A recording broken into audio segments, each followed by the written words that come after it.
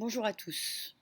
Alors malgré les circonstances et ce nouvel épisode guerrier que traverse Israël, je suis très contente de vous retrouver sur Tandem TV et de vous livrer comme ça. Je vais essayer de le faire de temps en temps, jusqu'à ce que tout ça soit derrière nous. Euh, Mes impressions, mes sentiments. Voilà.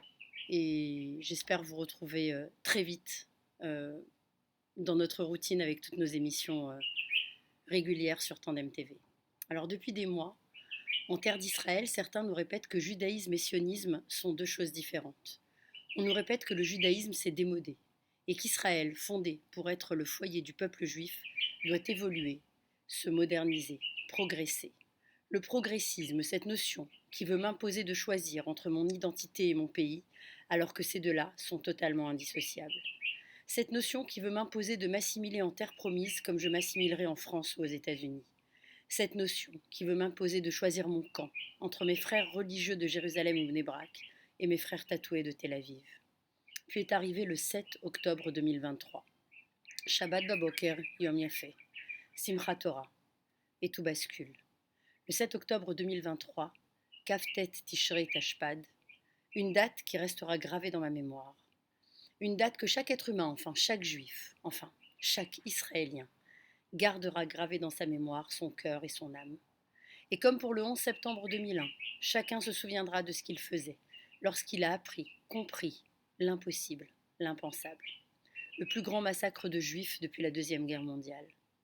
Cela fait 21 jours, 3 semaines. 21 jours de sidération la plus totale, 21 jours de larmes qui coulent toutes seules, 21 jours de terreur à la vue des images insoutenables, 21 jours de colère incontrôlable. 21 jours qu'il y a des mots que mon esprit et ma conscience ne peuvent plus tolérer. Paix, solution à deux États, négociation, cessez-le-feu, vous n'aurez pas ma haine, et d'autres du même acabit.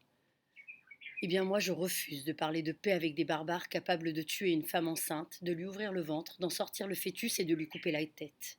Je refuse de parler de paix avec des sauvages capables de brûler vif une famille entière dont on retrouvera les corps calcinés qui se tenaient dans les bras les uns des autres. Je refuse. Comme je refuse catégoriquement de faire la distinction que le monde et la morale judéo-chrétienne exigent de moi entre les barbares sanguinaires du 7 octobre et la population de Gaza. Pourquoi?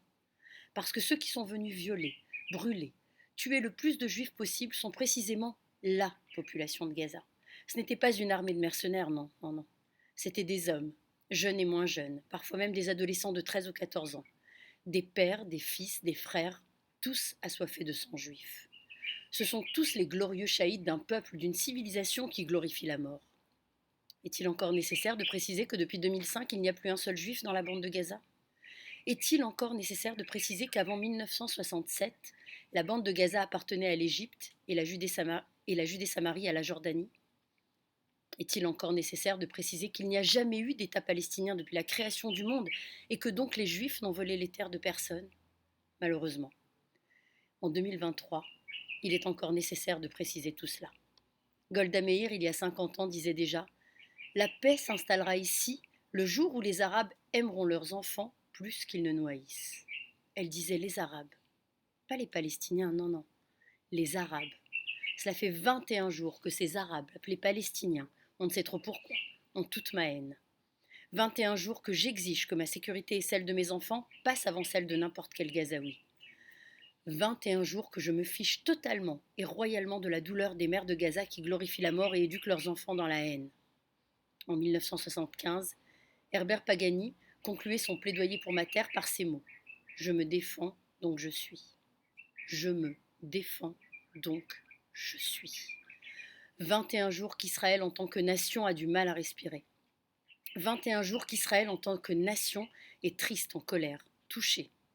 Mais comme depuis 2000 ans, Israël en tant que nation va se relever. Marquée, certes, fragilisée, oui, bien sûr, mais pleine de vie. Et comme depuis 2000 ans, Israël en tant que nation va surmonter et reconstruire, car tel est notre destin.